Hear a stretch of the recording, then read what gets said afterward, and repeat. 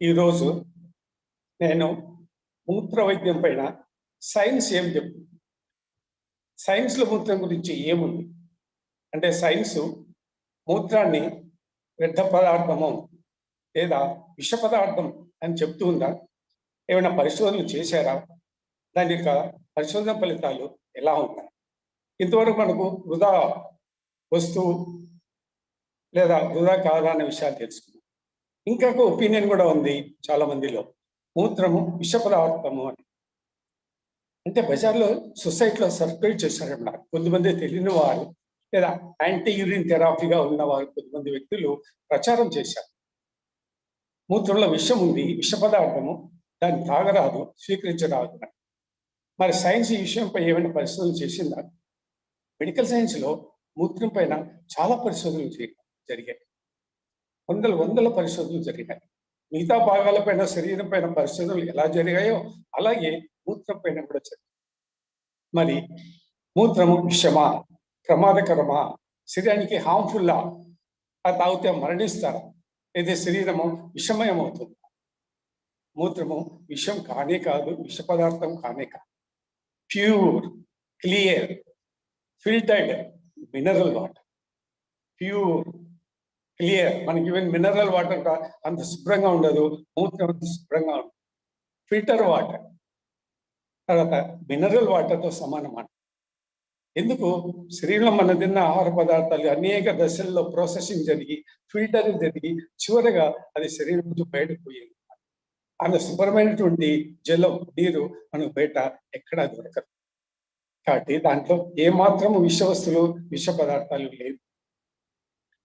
అది సంపూర్ణంగా అనేక రకాలైన పోషక పదార్థాలు, మాంసకృతులు, విటమిన్స్ తో కూడినటువంటి పదార్థం అన్నమాట.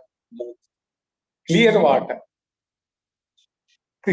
క్రిస్టల్ వాటర్ అన్నమాట. ఎందుకంటే మెడికల్ సైన్స్ లో ప్రయోగాలు జరిగినాయి. మూత్రంలో ఏమేమి ఉన్నాయి, మూత్రంలో కొన్ని వందల రసాయనాలు ఉన్నాయని సైన్సే చెప్తుంది. మూత్రంలో ఉండే కంటెంట్స్ మనం చూస్తే మూత్రంలో ఉండే 95% వాటరే, 95% నీరు ఉంటుంది, 2.5% యూరియా ఉంటుంది. ఈ యూరియానే విషం. గుర్తుంచుకోండి, 95% వాటర్, జలం, 2.5% మాత్రమే విషం. మిగతా 2.5% uric acid, soda, salt, minerals, vitamins, రకరకాల వందల సబ్స్టెన్సెస్ అన్ని అందులో ఉంటాయి. ఈ యూరియా 2.5% యూరియా చూసారా, అది మాత్రం విష పదార్థం. కానీ అది విషం కాదు, ప్రమాదం కాదు. ప్రతి ఒక్కరి బాడీలో మినిమం నిల్వ ఉంటుంది. ఆ విషం అనేది కొద్దిగా మనకు శరీరానికి అవసరం. విషం అనేది స్టిమ్యులెంట్స్ అన్నమాట, ప్రేరణ కల్పిస్తుంది. అందుకే శరీరం విషాన్ని కూడా తయారు చేస్తుంది. ఆ విషయం 2.5%. అది శరీరానికి హాని కాదు, ప్రమాదం కాదు. అది తీసుకున్నంత మాత్రాన మరణము సంభవించదు. ఇంతవరకు మెడికల్ సైన్స్ లో మూత్రం తాగి అందులో పాయిజన్ ఉంది కాబట్టి మరణించాడు అన్నటువంటి సంఘటన, ఒక కేసు కూడా ఇంతవరకు రిపోర్ట్ కాలేదు. కొన్ని వేల సంవత్సరాల నుంచి మూత్ర వైద్యం చేసే వాళ్ళు ఉన్నారు, ప్రాక్టీస్ లో ఉంది, సోషల్ యాక్సెప్టెన్స్ ఉంది. తర్వాత ఆ విషయంతో మరణించేటువంటి సంఘటన ఒక్కటి కూడా లేదు. No single case is reported to medical science so far. Medical science పుస్తకాలలో కూడా ఇది విష పదార్థం అని ఎక్కడే కానీ ఒక వాక్యం కానీ, ఒక సెంటెన్స్ కానీ, ఒక పదం కానీ లేదు. యూరియా అని ఉంది అంతే. 2.5% యూరియా ఉంటుంది. ఇది ప్రమాదం కాదు, హానికరం కాదు. ఇది దీని చరిత్ర. ఎందుకు పాయిజన్ అంటారంటే యూరియా ఉంది, యూరియా కొద్దిగా పాయిజన్. అది కూడా మళ్ళీ వేరే కెమికల్ రియాక్షన్ తో అది అమోనియా అయిపోతుంది, అమోనియా మారిపోతుంది. కానీ ఆ అమోనియా కూడా మన శరీరానికి మంచిదే, అది హైజిక్ అన్నమాట, శరీరానికి శుభ్రం చేస్తుంది అన్నమాట. అది కూడా మళ్ళీ చివరకు అమోనియా మారిపోతుంది. కాబట్టి యూరిన్లో 2.5% యూరియా ఉంటుంది. Urea, uric acid, vitamins, minerals, enzymes, creatines, proteins, nutrients, ఎన్నో పదార్థాలు ఉంటాయి. కొన్ని వందల పదార్థాలు, రసాయనాలు ఉంటాయి. అందులో యూరియా, ఆ యూరియాలో ఉండేది ఏంటంటే 2% మాత్రమే. అది హానికరం కాదు అని సైన్స్ చెప్తుంది. ఎందుకంటే మనకు ఏ వస్తువు పదార్థము తయారు కావాలంటే ఇన్ని రసాయనాలు ఉన్నాయని నేను చెప్పాను. ఇవన్నీ ఎలా తయారవుతున్నాయి? ఎక్కడి నుంచి వస్తున్నాయి? శరీరం తయారు చేస్తుందా? లేదు. మనం తిన్నటువంటి ఆహార పదార్థాలు, తాగినటువంటి నీరు, ఈ 2 పదార్థాల నుంచే మనకు అనేక రసాయనాలు ఉత్పత్తి అవుతాయి శరీరం. దాంతోపాటు ఈ విష పదార్థమైనటువంటి యూరియా కూడా ఉత్పత్తి అవుతుంది. చూడండి, వాటితో పాటు యూరియా కూడా ఉత్పత్తి అవుతుంది. ఆ యూరియా 2.5% నువ్వు శాతం తీసుకుంటే అందులో 95% అంతా వాటరే. మూత్రం అంతా వాటరే. శుభ్రమైనటువంటి వాటర్, శుద్ధి చేసినటువంటి వాటర్, ఫిల్టర్డ్ వాటర్. అందులో కొద్దిగా విష పదార్థం 2.5, అది కూడా శరీరానికి అవసరమే. శివుడి శరీరాన్ని రూపొందించాడు. ఏది మంచిది, ఏది చెడ్డది, ఏది విషయం కాదు, ఏది శరీరానికి హానికరము అన్న విషయాలు శివుడికి తెలుసు. ఎందుకు విషయాన్ని ప్రొడ్యూస్ చేస్తాడు? విషయం శరీరం ఎప్పటికైనా విషయమే కదా. మనిషి మొత్తం తాకపోయినా శరీరంలో ఉన్నా కూడా విషమే కదా, మనిషిని చంపేస్తుంది కదా. మరి అటువంటిప్పుడు ఎలా దాన్ని మనం విషయం నమ్మాలి? కానీ విషం అనే పదార్థము శరీరంలో లేదు, రక్తంలో లేదు, మూత్రంలో లేదు. ఓన్లీ యూరియా అంటే దాని యూరియా టేస్ట్ ఉంటుంది. దాని యొక్క లక్షణం స్టిమ్యులెంట్, ప్రేరణ, తేజస్సు కలిగిస్తుంటుంది. అది కూడా మన శరీరానికి అవసరమే. కాకపోతే సైన్స్ ప్రకారం ఏమిటంటే మూత్రంలో విషం లేదు, శుద్ధమైనటువంటి ఫిల్టర్డ్ వాటర్.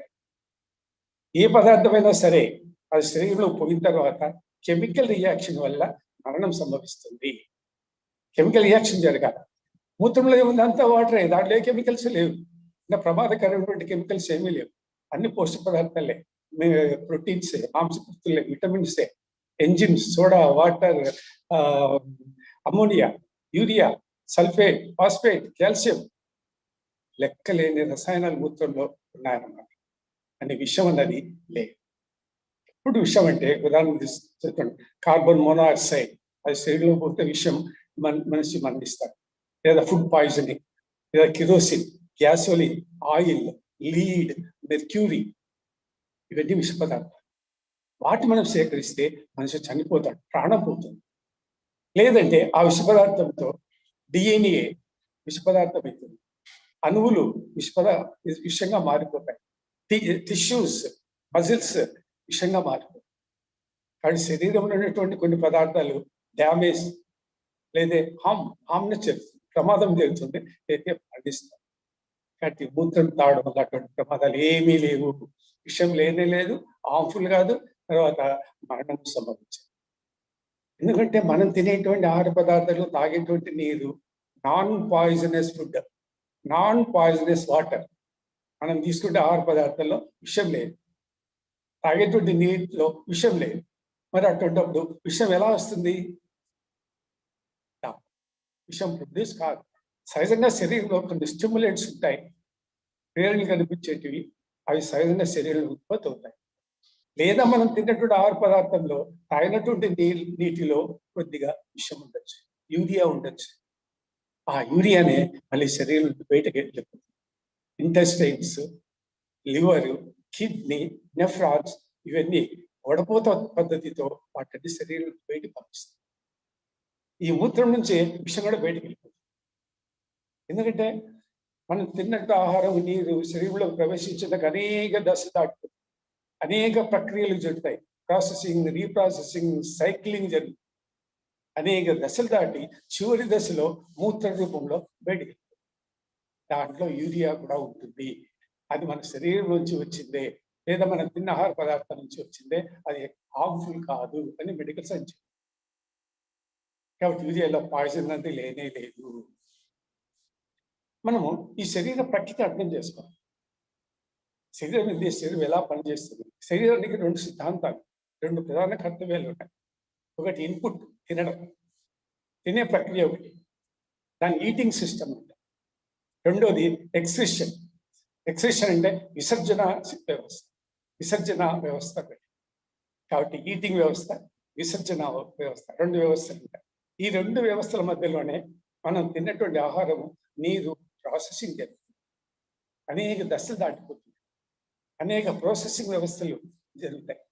చివరకు శుభ్రమైనటువంటి నీటి రూపంలో అవసరంలోని రసాయన పదార్థాలు బయటకు వెళ్తాయి.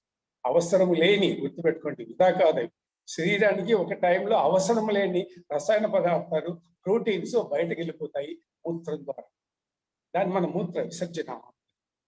కాబట్టి ఇన్పుట్ నోటి ద్వారా, అవుట్పుట్ మలమూత్రాల ద్వారా బయటకు పోతుంది. ఈ విసర్జనలో అనేక పద్ధతులు ఉన్నాయి. ఆ పద్ధతి వల్ల విసర్జన జరుగుతుంటుంది. అందులో మూత్ర విసర్జన ఒకటి. శరీరం యొక్క ప్రాసెస్ మనం అర్థం చేసుకుంటే ఈ అనుమానాలు ఉండవు. మెడికల్ సైన్స్ గ్రంథాల నుంచే మీకు నేను చెప్తూ ఉన్నాను. కాబట్టి 2 systems, eating system and ఎక్సెషన్ system.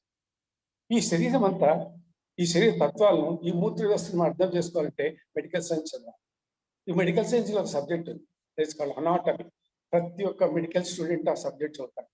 ప్రతి ఒక్క డాక్టర్కి, స్టూడెంట్కి ఈ మూత్ర యొక్క రహస్యాలు తెలుసు, కానీ వాళ్ళు ప్రచారం చేయరు. ప్రతి ఒక్కరికి తెలుసు. ఎంబీబీఎస్ చేరిన ప్రతి ఒక్క స్టూడెంట్ మొట్టమొదటి సంవత్సరంలోనే వాళ్ళు చదివేటువంటి సబ్జెక్టు అనాటమీ. ఆ అనాటమీ అంటే body of the structure of the body. Anatomy అంటే structure of the body and parts of body అని అనాటమీ అంటే. అనాటమీ తర్వాత ఫిజియాలజీ. ఫిజియాలజీ అంటే శరీరంలో భాగాలు, అంగాలు, వాటి కర్తవ్యాలు ఏమిటి, వాటి కర్తవ్యాలు ఏం చేస్తాయి, మనం తినే వస్తు పదార్థాలు ఏమవుతున్నాయి, ఈ మూత్రం ఎందుకు బయటకు వస్తుంది, ఇది నిజంగా వ్యర్థ పదార్థమా, విష పదార్థమా అని ప్రతి ఒక్క స్టూడెంట్ స్టడీ చేస్తుంది. ప్రతి ఒక్క స్టూడెంట్కి తెలుసు అది పాయిజన్ కాదు, వేస్ట్ పదార్థం కాదు. అయినప్పటికీ వారు రికమెండ్ చేయరు, సజెస్ట్ చేయరు. మూత్ర వేస్ట్ అంటారు. యూరిన్ థెరపీని రికమెండ్ చేయరు, పేషెంట్లకు చెప్పరు. అమెరికాలో, లండన్లో, ఇతర దేశాల్లో అయితే పేషెంట్స్కి మూత్రమే తాగించారు. ఇంకా కొంతమంది డాక్టర్లు పేషెంట్కి అడ్వైజ్ చేస్తారు, నీ మూత్రం తీసుకురా, మళ్ళీ వాళ్ళు నెక్స్ట్ డే బస్సులో వచ్చే మూత్రాన్ని తీసుకొని వస్తారు పేషెంట్. దాంట్లో కొద్దిగా రంగు, మందు, వాసనలు కలిపి అదే మూత్రాన్ని పేషెంట్ ఇస్తారు. ఆ విధంగా చేసి జబ్బులు క్యూర్ చేసినటువంటి డాక్టర్లు ఎంతో మంది ఉన్నారు. ఎంతో మంది పేషెంట్ రికవరీ. రామదీనాలు ఆపరేషన్ చేసే ముందు యూరిన్ ముందు ఎక్కించి యాంటీసెప్టిక్ గా, ఎందుకంటే యూరిన్ లో యాంటీసెప్టిక్, యాంటీబయాటిక్స్ ఉన్నాయి కాబట్టి ఆపరేషన్ ముందు ఇంజక్షన్ వేసి ఆపరేషన్ చేసేటువంటి డాక్టర్లు ఉన్నాయి, పరిశోధనలు ఉన్నాయి. కాబట్టి అది అనాటమీ, ఇది ఫిజియాలజీ. ఈ రెండు సబ్జెక్ట్ తెలుసుకుంటే మనం మూత్రం ఎలా బయటకు తెలుసు. అదే మరి ఈ శరీరం అంతా ఏమిటో ఒక వ్యవస్థ అంట, ఇది సిస్టమ్ అంట. ఈ సిస్టంలో అనేక ఉపవ్యవస్థలు ఉంటాయి. ఎంత ఒకటే, బాడీ అంతా ఒకటే, కానీ దీనిలో ఉప వ్యవస్థలు, సబ్ సిస్టమ్స్ ఉంటాయి. అవన్నీ కలిపి మనం సిస్టమ్ అంటాం. ఇదంతా బాడీ ఉంది, ఇదంతా సిస్టమ్. దీంట్లో ఏమేమి ఉన్నాయి, కళ్ళు ఉంది, తల ఉంది, చేతులు ఉన్నాయి, కాళ్ళు ఉన్నాయి, కిడ్నీ ఉన్నాయి, తర్వాత హార్ట్ ఉంది, లివర్ ఉంది, తర్వాత రక్త ప్రసరణ, రక్త ప్రవాహ వ్యవస్థ ఉంది, రిప్రొడక్టరీ సిస్టమ్ ఉంది. ఇన్ని వ్యవస్థలు ఉన్నాయి. వాటితో కూడినటువంటి ఈ సిస్టమ్, బాడీ అంటే సిస్టమ్ అంటారు. సిస్టంలో సబ్ సిస్టమ్స్ ఉన్నాయి. ఏంటి ఆ sub systems? Mental system, mind అంతా సబ్జెక్టు. దానికి ప్రత్యేకమైన డాక్టర్లు ఉన్నారు, సైకియాట్రీ ఉంది, మెంటల్ డాక్టర్స్ ఉన్నారు, న్యూరో సర్జరీస్. వాళ్ళు ఆ మైండ్ మాత్రమే ప్రత్యేకంగా చదువుతారు. అదొక సబ్ సిస్టమ్. దాని స్పెషలైజేషన్స్, సూపర్ స్పెషలైజేషన్స్, మళ్ళీ దాంట్లో సూపర్ స్పెషాలిటీ డాక్టర్లు కూడా. Mental system, neuron system, reproductive system. Reproductive system అంటే ముఖ్యంగా లేడీస్ లో సంతానోత్పత్తి ఎట్లా జరుగుతుంది, మొదటి నుంచి ఏ నుంచి జెడ్ వరకు, డెలివరీ వరకు, బేబీ డెలివరీ వరకు మొత్తం వాళ్ళు స్టడీ చేస్తారు. దాంట్లో స్పెషలిస్ట్ ఉన్నారు, సూపర్ స్పెషాలిటీ డాక్టర్లు కూడా ఉన్నారు. వాళ్ళని మనం గైనకాలజిస్ట్. వాళ్ళు ఆ యొక్క సబ్ సిస్టమ్ చదువుతారు. అదే మరి స్కెలిటన్ సిస్టమ్. స్కెలిటన్ అంటే బోన్స్, శరీరంలో ఉన్నటువంటి బోన్స్. వాళ్ళని మనం ఆర్థోపెడిక్ డాక్టర్లు. వాళ్ళు కేవలం ఎముకల గురించే చదువుతారు. సూపర్ స్పెషాలిటీ డాక్టర్లు కూడా ఉన్నారు అందులో.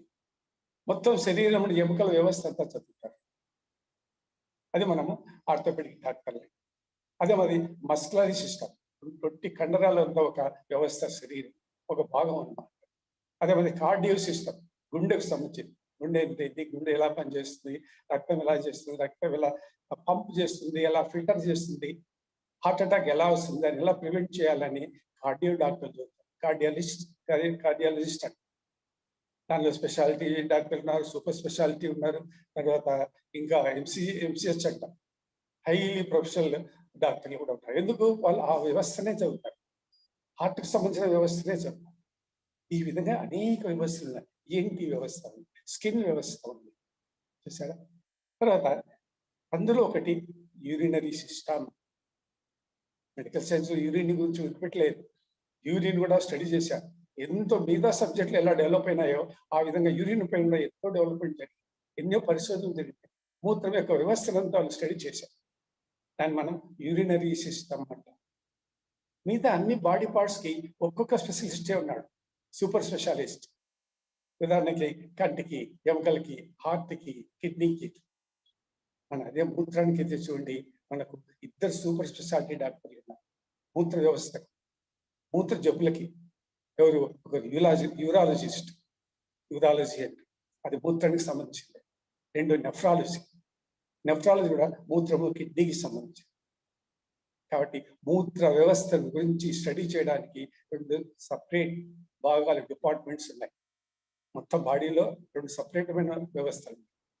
వీళ్ళు కూడా సూపర్ స్పెషాలిటీ డాక్టర్లే. యూరాలజిస్ట్ అంటాం, నెఫ్రాలజిస్ట్ అంటాం. చూడండి, ఈ నెఫ్రాలజిస్ట్, ఈ యూరాలజిస్ట్ కూడా ఈ మూత్రం గురించి బాగా తెలుసు.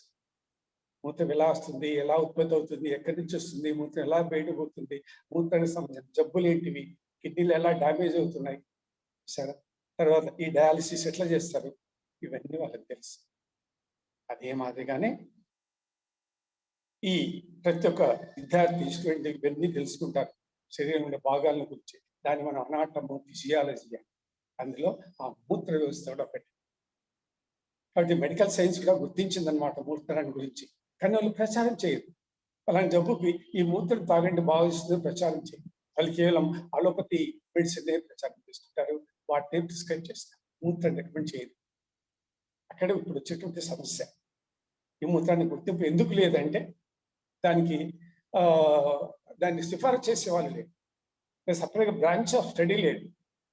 Branch of study medical science లో ఉంది అని ప్రచారం తక్కువగా ఉంది. దాని గురించి బోధన చేసేవాళ్ళు లేదు, బయట చెప్పడం లేదు. వాళ్ళ వైద్యాన్ని వాళ్ళు ప్రచారం చేసుకుంటారు. కాబట్టి ఎలా తయారవుతుంది మూత్రం చెప్పడానికి నేను మీకు ఇవన్నీ చెప్తాను. కాబట్టి ఫస్ట్ వ్యవస్థ వచ్చేసి ఫస్ట్ సబ్ సిస్టమ్. ఉప వ్యవస్థ ఏది అంటే సబ్ సిస్టమ్ ఈటింగ్ సిస్టమ్. మూత్రం రావాలంటే ముందు ఆహార పదార్థాలు తీసుకోవాలి, నీటి తాగాలి. కాబట్టి మూత్రం గురించి మనం తెలుసుకునే ముందు మనం తినేదాని గురించి తెలుసుకోవాలి. మనం ఏ ఆహార పదార్థాలు తింటున్నామో, జలం తాగుతున్నామో, అది ఫస్ట్ స్టేజ్. అది చివరికి మూత్రంగా తయారై బయటికి వెళ్ళిపోతుంది. ఆ చివరి దశలోనే ఆ మూత్రంలో ఏమున్నాయి అంటే, మనం ప్రారంభ దశలో ఏమేమి తిన్నామో, ఏ నీరు తాగామో అవే వస్తు పదార్థాలు, దాని రసాయనాలు మనకు ఆ మూత్రంలో ఉంటాయి. కాబట్టి మనం తిన్న ఆహార పదార్థాలు, మూత్రము వేరు కావు.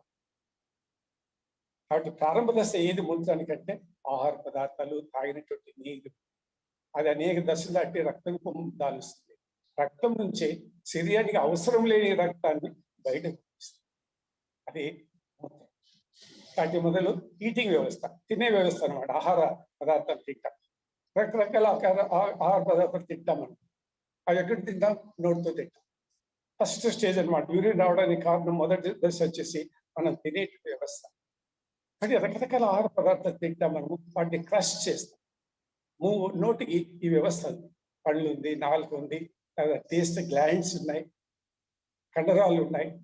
ఇవన్నీ కలిసి క్రష్ చేసి మనం తిన్న ఆహార పదార్థాలు, గట్టిగా ఉండే ఆహార పదార్థాలని జ్యూస్, పిప్పిగా తయారు చేస్తాం, లేదా రా జ్యూస్గా తయారు చేస్తాం. ఆ రా జ్యూస్ స్టమక్ లో ఏమున్నాయి? జీర్ణ వ్యవస్థ. ఆ జీర్ణ వ్యవస్థలో మళ్ళీ ఒక సబ్ సిస్టమ్ శరీరం. ఈ జీర్ణ వ్యవస్థ జీర్ణ రసాలను ఉత్పత్తి చేస్తుంది. ఈ జీర్ణ రసాలు వచ్చేసి ఈ యొక్క రా జ్యూస్ లో కలిసిపోయి అక్కడ ఇంకా డైజెషన్ జరుగుతుంది. డైజెషన్ ఈ రా జ్యూస్ ఇంకా క్లియర్ జ్యూస్ ఇంకా తిన్న పతలాగా తయారవుతుంది. రామెటిక్లా పిప్పిగా ఉన్నటువంటి ఆహార పదార్థాలు ముందు రా జ్యూస్ గా తయారై, తర్వాత ఫైన్ జ్యూస్ గా తయారై, అంటే శుభ్రమైనటువంటి పతలాగా ఉండేటువంటి జ్యూస్ గా తయారు. ఈ జ్యూస్ అంతా మళ్ళీ నెక్స్ట్ స్టేజ్ పోతుంది. ఏంటి ఆ నెక్స్ట్ స్టేజ్? ఇంటెస్టైన్స్.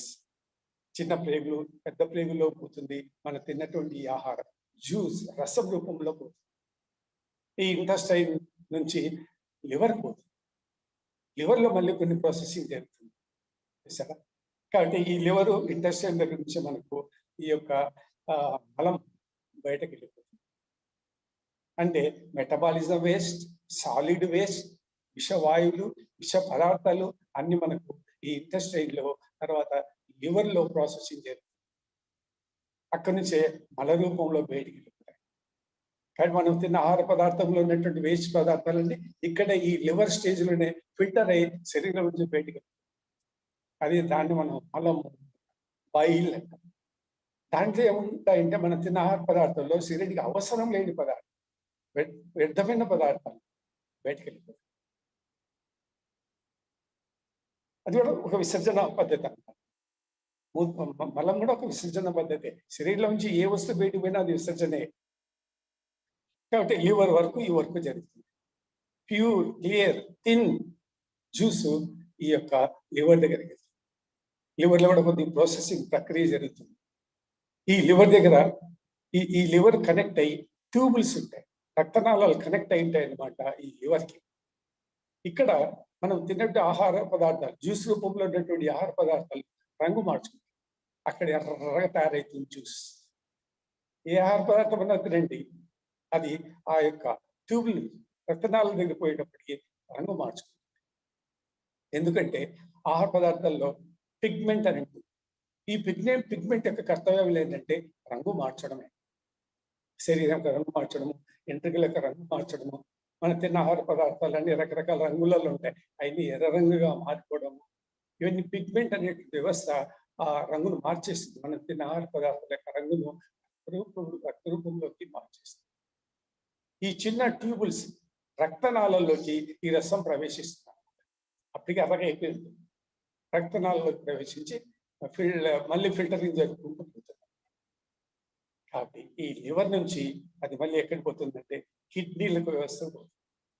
చూడండి, కిడ్నీ వ్యవస్థని మళ్ళీ మన శరీరం అదొక ఉప వ్యవస్థ. అది కూడా ఫిల్టర్ చేసే పనే, దానికంతా కూడా ఫిల్టరింగే. హార్ట్ పంప్ చేస్తే ఆ స్పీడ్కు ఆ రక్తం కిడ్నీలో, మన 2 కిడ్నీలు ఉంటాయి. స్పైనల్ కార్డు కుడి పక్కన 1, ఎడమ పక్కన 2 కిడ్నీలు ఉంటాయి. ఇవి బీన్ విత్తనం ఉంటుంది కదా, ఆ విత్తనం ఆకారంలో ఉంటుంది. సుమారు 4.5 ఇంచు పొడవు ఉంటుంది, 2.5 ఇంచు వెడల్పు, ఒక ½ ఇంచు థిక్నెస్ ఉంటుంది అనమాట ఈ కిడ్నీ. 2 కిడ్నీలు ఉంటాయి. ఈ కిడ్నీలలో నెఫ్రాన్స్ అని ఉంటాయి. నెఫ్రాన్స్ వడపోత పోసేటన్నమాట, ఫిల్టర్ చేస్తుంది అనమాట. చూడండి ఎన్ని దశల్లో మనం తిన్న ఆహార పదార్థం ఫిల్టర్ అయిపోతుందో. చివరి మూత్రంగా వస్తుంది. మూత్రంగా వచ్చేటప్పటికి పరిశుభ్రమైనటువంటి వాటర్ బయటకు వస్తుంది.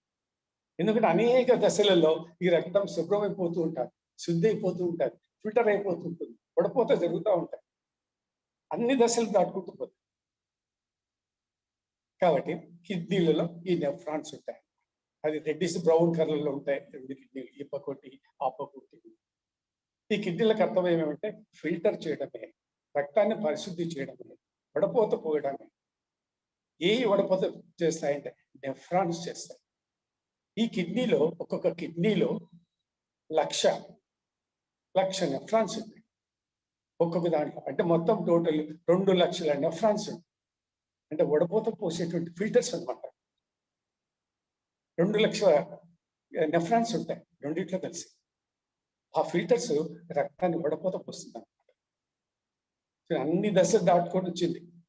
మలం పోయింది, మలపాటి విష పదార్థాలు, విష వాయువులు అన్ని వెళ్ళిపోయినాయి బయటికి మలం ద్వారా. ఇంకా ఏమైనా అందులో వేస్తూ ఉంటే వృధా మెటీరియల్, అవసరం లేని పదార్థాలు ఉంటే కిడ్నీలో ఫిల్టర్. నెఫ్రాన్స్ అనేటువంటి ట్యూబుల్స్ కొన్ని, ఫిల్టర్లు కొన్ని, నాడులు కొన్ని, దాని నాళాలు అంట. ట్యూబ్స్ అంటే స్మాల్ ట్యూబ్స్ ఉంటాయి, మన కట్టి కనపడినట్టు అక్కడ కూడా ఫిల్టర్ చేస్తుంది. ఈ నెఫ్రాన్లోకి రక్తము స్పీడ్గా ప్రవహిస్తుంది, ఒత్తిడి కలగజేస్తుంది. అంటే హార్ట్ పంపు వల్ల స్పీడ్గా రక్తము ఈ యొక్క కిడ్నీలో ఉండేటువంటి నెఫ్రాన్లో గట్టిగా పడిపోతే పోస్తుంది. మనం టీ పొడిని, కాఫీ పొడిని గట్టిగా పిండేస్తుంది తప్పిస్తా డికాక్షన్ రావడానికి. గట్టి డికాక్షన్ వస్తుంది, దాంట్లో గట్టికి ఏమీ ఉండవు, అంత బట్టలోనే ఉండిపోతాయి, ఫిల్టర్ పైభాగంలో ఉండిపోతాయి. కిందికి డికాక్షన్ మాత్రమే వస్తుంది, దానిలో ఎలాంటి పదార్థాలు ఉండవు, మురికి ఉండదు, ఒకటి డికాక్షన్ మాత్రమే వస్తాయి, శుభ్రమైనటువంటి డికాక్షన్. అదే మాది ఈ నెఫ్రాన్స్ పిండేస్తుంది అనమాట రక్తాన్ని. ఇంకా ఏమైనా వృధా పదార్థాలు ఉన్నాయా, వాయువులు ఉన్నాయా, విష పదార్థాలు ఉన్నాయా అని స్టడీ చేస్తాయన్నమాట ఈ నెఫ్రాన్స్. అక్కడ ఒత్తి పిండి ఆ రక్తాన్ని కిందికి తిప్పేస్తుంది. అక్కడ ఫిల్టర్ అయినటువంటి రక్తం మళ్ళీ ఈ యొక్క నెఫ్రాన్స్ మళ్ళీ కిడ్నీలో పంపిస్తుంది. ఈ కిడ్నీలో ఏముంది ఇప్పుడు మనం తిన్న ఆహార పదార్థాలండి, ప్రోటీన్స్, న్యూట్రాన్స్, విటమిన్స్, మినరల్స్, ఇట్లా వందల రసాయనాలతో కూడినటువంటి పదార్థం మూత్రం ఆడ నిల్వ. అవి మనకి ఎక్కువనో తక్కువనో శరీరానికి మనకు తెలియదు. మన శరీరానికి ఎంత శక్తి కావాలో మనకు తెలియదు. ఎన్ని ఆహార పదార్థాలు మనకు కావాలో తెలియదు. అక్కడ ఈ నెఫ్రాన్స్ బయటకు పంపించేస్తుంది రక్తాన్ని, శుభ్రం చేసిన రక్తాన్ని బయటకు పంపిస్తుంది. ఆ రక్తంలో ఏమన్నట్టు అన్ని పోషక పదార్థాలు ఉన్నాయి. ఫిల్టర్, వడపోసేటువంటి ఎక్సెషన్స్, concentrated materials, decoction, tea decoction మాదిరి ఈ మూత్రధార అంటే మూత్రధార కాదు, రక్త రూపంలోనే ఉంటుంది. దాన్ని బయటకు పంపించేస్తుంది. ఎందుకు? ఆ రక్తంలో ఉన్నటువంటి పోషక పదార్థాలు కానీ, విటమిన్స్ కానీ, మాంసకృతులు కానీ అవి రసాయన రూపాలలో మిక్స్ అయి ఉంటాయి. అది శరీరానికి అవసరం లేదు. ఈ ప్రస్తుత టయానికి ఈ విటమిన్లు, ఈ పోషక పదార్థాలు రక్తంలో ఉన్నాయి, అవి నాకు అవసరం లేదు. కాబట్టి ఎక్కువగా ఉండేటి అవసరానికి మించినటువంటి పోషక పదార్థాలు శరీరం నుంచి బయటకు పంపిస్తాయి. ఎందుకంటే ఆ పోషక పదార్థాలు ఎందులో ఉన్నాయి? రక్తంలోనే ఉన్నాయి. రక్తంలోంచి బయటికి పోయే ముందు రంగు మార్చుకుంటాం. అక్కడ మనం తిన్న ఆహార పదార్థం జ్యూస్ ఏ విధంగా రంగు మార్చుకుంటుందో రెడ్ కలర్, మళ్ళీ రెడ్ కలర్ లో ఉన్నటువంటి రక్తం బయటికి పోయే ముందు తెల్లగా యూరిన్ రూపం దాల్చేస్తుంది. యూరిన్ రూపం దాల్చేసి బయటకు చూడండి ప్రక్రియ. కాబట్టి యూరిన్, మూత్రం రెండు ఒకటే. ఓన్లీ డిఫరెన్స్ ఏమంటే రంగు, కలర్ మారుతుంది. కాబట్టి బయట పోయేటువంటి ఆ మూత్రము, ఆ మూత్ర లిక్విడ్ వేస్ట్ మెటీరియల్ అంటుంటాం. ఆ మూత్రము బ్లడ్డే, రక్తమే. ఆ రక్తంలో ఏమున్నాయి? పోషక పదార్థాలు, మన శరీరానికి కావాల్సినటువంటి శక్తినిచ్చే పోషక పదార్థాలు. ఆ పోషక పదార్థాన్ని బయట పంపించేస్తాయి అనమాట. ఈ యొక్క నెఫ్రాన్స్, కిడ్నీ నెఫ్రాన్స్ కలిసి బయట పంపించేస్తాయి. బయటకు వెళ్ళిపోతే నాకు అవసరం లేదు ప్రస్తుతం, ఇది వేస్ట్ ప్రొడక్ట్, విష పదార్థం, కాబట్టి నాకు వద్దని బయట పంపించదు. విష పదార్థాలు, వాయువులు, మెటబాలిజం వేస్ట్, సాలిడ్ వేస్ట్, ఇవన్నీ మలం రూపంలో కింద స్థాయిలోనే బయటకు వెళ్ళిపోతాయి. కిడ్నీ స్థాయికి వచ్చినప్పుడు పరిశుభ్రంగా ఉంటుంది రక్తం. ఆ పరిశుద్ధమైన రక్తాన్ని ఇంకా ఈ యొక్క నెఫ్రాన్స్ పిండి ఇంకా శుభ్రం చేస్తుంది. అందులో ఏం మలినాలు కూడా ఉండవు అన్నమాట. అంటే సైన్స్ దీనికి లెక్కలు అంటారు, కియోడాల్టన్ అంటారు అన్నమాట. కియోడాల్టన్ సైజు ఉన్నంత వరకు ఆ పదార్థాలని క్రషింగ్ చేసి బయట పంపిస్తాయి కిడ్నీ. చూడండి, 40 కియోడాల్టన్ అంటారు. అంటే మెజర్మెంట్ కొలత అన్నమాట. కియోడాల్టన్ అంటే ఏమంటే ఒక అణువులోని 1/14 భాగం ఆఫ్ మాసెస్, పరమాణు. ఒక పరమాణువులో 1/14 వంతు ఎంతుందో అంత సైజు వరకు ఏ పదార్థాన్ని సరే ఫిల్టర్ చేసేస్తుంది కిడ్నీలు, నెఫ్రాన్స్ కలిసి. వాటి మూత్రంలో ఏమే కానీ మురికి ఉండడానికి వీల్లేదు. కాబట్టి కియోడాల్టన్ అంటే ఏమంటే, ఇప్పుడు చూసుకోండి, మన ఫేస్ పౌడర్ తీసుకోండి, లేకపోతే సిమెంట్ తీసుకోండి, దాంట్లో ఇట్లా అనేసి దాంట్లో ఉన్నటువంటి ఒక అణువు బయటకు తీయండి, తీయలేదు. మన కంటి కూడా కనపడదు, అంత సూక్ష్మంగా ఉంటుంది పౌడర్ లేదా సిమెంట్. దాంట్లో నుంచి ఒక అణువు తీయండి, ఒక పరమాణు కంటికే కనిపించదు. ఆ పరమాణువులు మళ్ళీ 1/14 భాగం ఎంత ఉంటుంది, అంత సైజు ఉన్నటువంటి మురికి పదార్థాన్ని కూడా కిడ్నీలు ఫిల్టర్ చేసిస్తాయి. ఇంకా బయటికి పోయేదంతా శుభ్రమైన ఫిల్టర్డ్ మినరల్ వాటర్. అదే మూత్రం. ఈ విధంగా మనము మూత్ర వ్యవస్థను అర్థం చేసుకోవాలి శరీరం. ఈ వ్యవస్థ అంతా మనకు తెలిస్తే మూత్రంలో మనకు అనుమానం రాదు, తర్వాత మనం తీసుకోవడానికి మొదలు పెడతాం.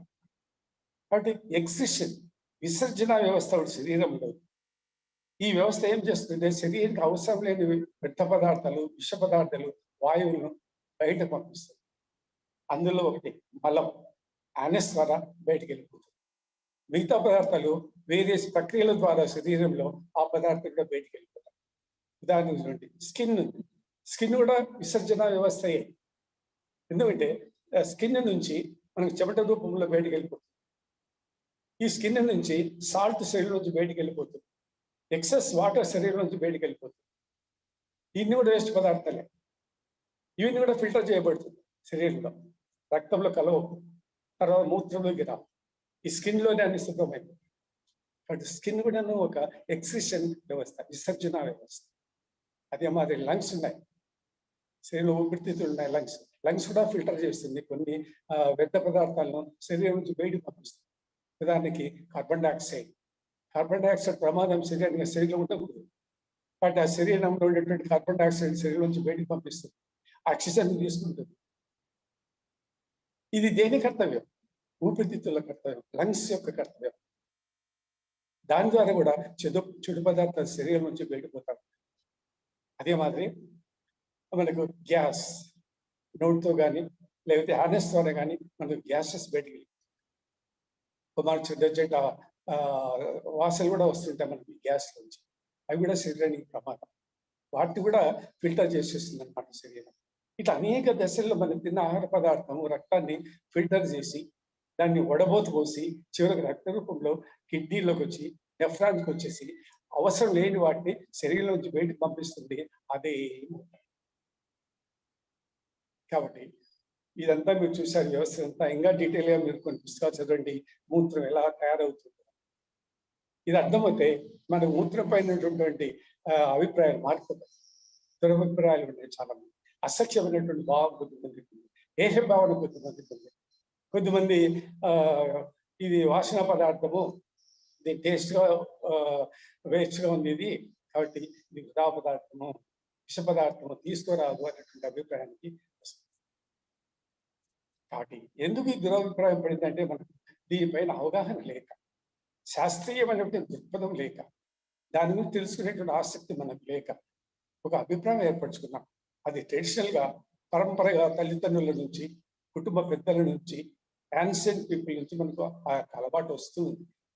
ఇది బ్యాడ్ పదార్థము, హేటెడ్ పదార్థము, reluctant to speak about urine. Touch కూడా చేయరు కొంతమంది, దాని వాసన కూడా చూడరు. ఆ కారణాల వల్ల మూత్ర వైద్యం, యూరిన్ థెరపీ మనకు ఆదరణలోకి రాలేదు, ప్రజా ఆదరణలోకి రాలేదు. కానీ దీన్ని తెలిసినటువంటి వాళ్ళు చాలా మంది ఉన్నారు, లక్షల్లో ఉన్నారు, కోట్లల్లో ఉన్నారు ప్రపంచవ్యాప్తంగా. పెద్ద పెద్ద డాక్టర్లు యూరిన్ థెరపీ తీసుకున్నారు. యూరిన్ థెరపీ వాళ్ళ జబ్బులు వాళ్ళే బాగా చేసుకున్నారు. క్రికెట్ గేమ్స్ ఆడేవారు, సినీ స్టార్స్, పెద్ద పెద్ద రాజులు రాణులు పూర్వకాలంలో ఈ మూత్రాన్ని సేవించారు. మనకు చరిత్ర రికార్డు ఉంది. దీని ఆధారాలన్నీ మనకు గ్రంథస్థమై ఉన్నాయి. ఓపిక వాటిని చదవాలి, చదివితే మనకి ఇవన్నీ అర్థమవుతుంది. వాటి మూత్రం ఉన్నది వృధా వేస్ట్ ప్రొడక్ట్ కాదు, పాయిజనస్ కాదు. ఇది ప్రోటీన్స్, పోషకాలు ఉన్నటువంటి ఒక ద్రవము. ఈ ద్రవంలో అన్ని పదార్థాలు ఉన్నాయి కాబట్టి శరీరానికి ఇమ్యూనిటీ, రోగ నిరోధక శక్తిని పెంచుతుంది. అనేక రకమైన రసాయనాలు ఉన్నాయి కాబట్టి ఆ రసాయనాలతో ఏ జబ్బునైనా చికిత్స చేయగల సామర్థ్యం మూత్రానికి అని సైన్స్ లో కూడా చెప్పబడింది. కాబట్టి మీరు సైన్స్ ప్రకారం తీసుకోండి, లేదా మన అభ్యాసం పాతకాలం నుంచి యోగులు వీళ్ళంతా అభ్యాసం చేస్తున్నారు, యోగ గ్రంథాలు ప్రకటించి ఉంది, లేదా పరమశివుడు రూపొందించినటువంటి డామర్సన్ గ్రంథంలో కూడా దీని యొక్క అభిప్రాయం సారాంశం ఇదే. కాబట్టి మూత్రము సేఫ్, నాట్ డేంజరస్, దీన్ని స్వీకరించవచ్చు. ఈ విధంగా మూత్రాన్ని కూడా మనం కొన్ని అంశాలు ఈ రోజు మీడియా ద్వారా తెలుసుకున్నాం. ఒక మెడికల్ సైన్స్ అంత పెద్ద సబ్జెక్ట్. మన యూరాలజిస్ట్, నెఫ్రాలజిస్ట్ 14 చదివేసి వస్తారు. అంత వ్యవస్థ మనకు యోగ గ్రంథాల్లో ఉంది, శివాంబు గ్రంథంలో ఉంది, ధామరతంత్రంలో శివుడు ఇవన్నీ చెప్పి పెట్టాడు. తర్వాత గర్భోపనిషత్తు, ఉపనిషత్తులో రహస్యాలు ఉన్నాయి. విరాట్ పోతులు నిర్గం కూడా మూత్రం గురించి చెప్పాడు. వచ్చేటువంటి దినాల్లో మూత్రాన్ని బజార్లు అమ్ముతారని చెప్పాడు. ఈ విధంగా మీరు ఈ యొక్క శాస్త్రం తెలుసుకోవాలంటే ఒక మెడికల్ స్టూడెంట్ అయినట్లే మీరు ఒక డాక్టర్ అయిపోతారు, యూరినోథెరపిస్ట్, యూరోపతిస్ట్ అయిపోతారు. కాబట్టి ఇంత వ్యవస్థ జ్ఞానం దీని వెనక ఉంది. అయితే తెలుసుకోండి. దీనిపైన అనుభవం ఉన్న వారితో లేదా పుస్తకాలు చదవండి. మీకు ఏ ఆరోగ్యము ఏ అనారోగ్యము రాదు. 100 years గ్యారెంటీగా జీవిస్తారు, సంపూర్ణ ఆరోగ్యంతో జీవిస్తారు. అది కూడా ఇన్ని ఫలితాలు దీంట్లో ఉన్నాయి కాబట్టి ఈ యూరిన్ థెరపీ సబ్జెక్ట్ తెలుసుకోవాలి. సో ఇంతటితో ఈ యొక్క వీడియో ముగిద్దాం. మరొక అంశంతో మూత్రం పైన మరొక వీడియోలో కలుగుతాం. అంతవరకు